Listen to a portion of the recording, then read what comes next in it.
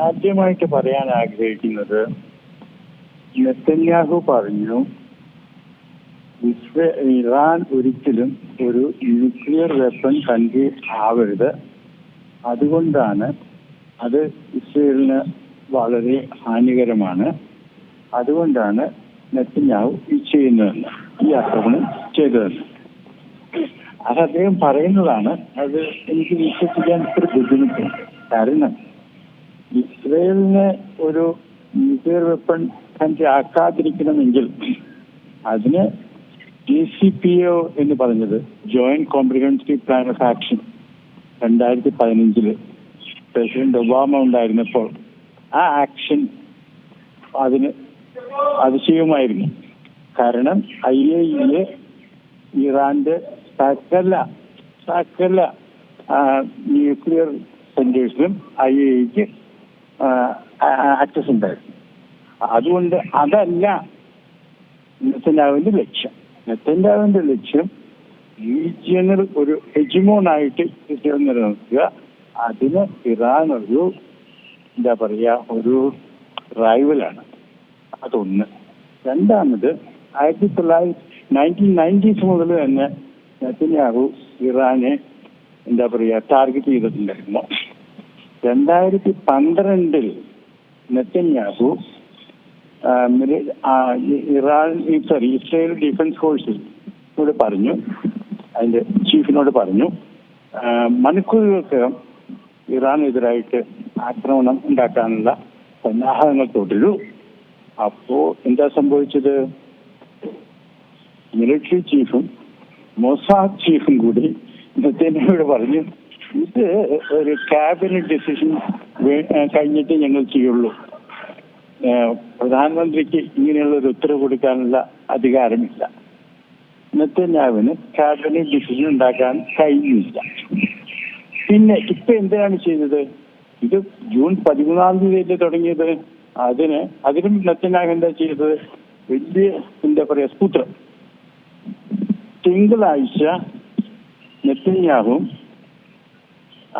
Katz defence മിനിസ്റ്ററും കൂടി ഒരു രഹസ്യ മീറ്റിംഗ് ഉണ്ടായിരുന്നു. അതിൽ അവര് തീരുമാനമെടുത്തു ഇറാനെതിരായിട്ട് ആക്രമണം തുടരണമെന്ന്. എന്നിട്ട് ക്യാബിനറ്റിൽ എപ്പോഴാണ് അത് കൊണ്ടുവന്നത്? വ്യാഴാഴ്ച 12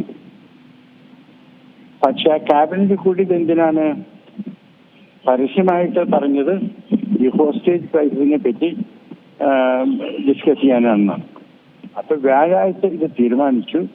വെള്ളിയാഴ്ച കാലത്ത് 3 മണിക്ക് തുടങ്ങി. എന്തുകൊണ്ട്? 16 വെള്ളിയാഴ്ച. എന്തുകൊണ്ട്? ഞായറാഴ്ച ഇറാനും അമേരിക്കയും കൂടി ഒമാനിൽ നെഗോസിയേഷൻസ് റെസ്യൂം ചെയ്യാൻ പോവുമായിരുന്നു. അപ്പൊ നെതന്യാഹുവിനൊരു വിഷമമുണ്ടായിരുന്നു. അതെങ്ങനെയെങ്കിലും അവരൊരു എഗ്രിമെന്റ് എത്തിയാൽ പിന്നെ ഇറാൻ ആക്രമിക്കാൻ പറ്റില്ലല്ലോ.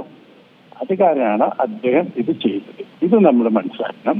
പിന്നെ വേറെ ഞാൻ കേട്ടു, വേറെ ഏതെങ്കിലും രാജ്യങ്ങൾ ഇതിൽ ഇടപെടില്ലെന്നുള്ളത്. എന്റെ അഭിപ്രായത്തിൽ 2 കാര്യങ്ങൾ ശ്രദ്ധിക്കാനുണ്ട്. ഒന്ന്, പ്രസിഡന്റ് പുടിനും പ്രസിഡന്റ് ട്രംപും തമ്മിൽ ഇക്കാര്യത്തെപ്പറ്റി സംസാരിച്ചു കഴിഞ്ഞു. അവര് രണ്ടുപേരും പറഞ്ഞു ഇറാൻ അമേരിക്കൻ നെഗോസിയേഷൻസ് തുടരണം. അത് തുടരണമെങ്കിൽ ഒരു സീസ് ഫയർ വേണം. അങ്ങനെയാണെങ്കിൽ ഒരു പക്ഷേ, പ്രവചിക്കാൻ സാധിക്കില്ല, ഒരു പക്ഷേ അമേരിക്കയും റഷ്യയും കൂടി ഒരു സീസ് ഫയർ ഉണ്ടാക്കും. അതൊന്ന്. രണ്ടാമത്, ഇത് വളരെ പ്രധാനപ്പെട്ട കാര്യമാണ്, പലരും ഇത് മറക്കുന്നു. അതായത് റഷ്യയും ചൈനയും ഇറാനും നോർത്ത് കൊറിയയും വളരെ അടുത്ത ബന്ധത്തിലാണ്. ഒരു ആക്സിസ് തന്നെയുണ്ട്. റഷ്യയുടെ യുക്രൈൻ യുദ്ധത്തിന്റെ കാര്യത്തിൽ ഇറാനും നോർത്ത് കൊറിയയും റഷ്യക്ക് ഒരുപാട് മിലിറ്ററി സപ്പോർട്ട് കൊടുത്തിട്ടുണ്ട്. ചൈന ഡിപ്ലോമാറ്റിക് സപ്പോർട്ടും എക്കണോമിക് സപ്പോർട്ടും കൊടുത്തിട്ടുണ്ട്. അപ്പോ റഷ്യയും ചൈനയും ഈ ഇസ്രയേൽ എന്ന് പറയുന്ന ശക്തി ഇറാനെ അടിച്ചമർത്തുന്നു, എന്നിട്ട് അവിടെ റെജീം ചേഞ്ചിന് ശ്രമിക്കുന്നു, ഇതൊന്നും അവർ സമ്മതിക്കാൻ പോകുന്നില്ല. പിന്നെ മൂന്നാമത്തെ കാര്യം ഞാൻ അവസാനിപ്പിക്കുകയാണ്. ഇസ്രയേലിന്റെ ഒരു പരമശക്തിയാണ്. ഇറാന് യാതൊരു ശക്തിയില്ല, അവർ തൊട്ടാൽ വീഴും എന്നുള്ളൊരു ധാരണ ചിലരുടെ അടുത്തുണ്ട്. തെറ്റാണ്. ഇറാൻ തിരിച്ചടിച്ചിട്ടുണ്ട്. ഇസ്രയേൽ അടിച്ചെടുത്തോളം സാധിക്കില്ല ഇസ്രയേലിന്, ഇറാൻ സാധിക്കില്ല. അവരുടെ എയർഫോഴ്സ് ഒക്കെ വളരെ കുറവാണ്.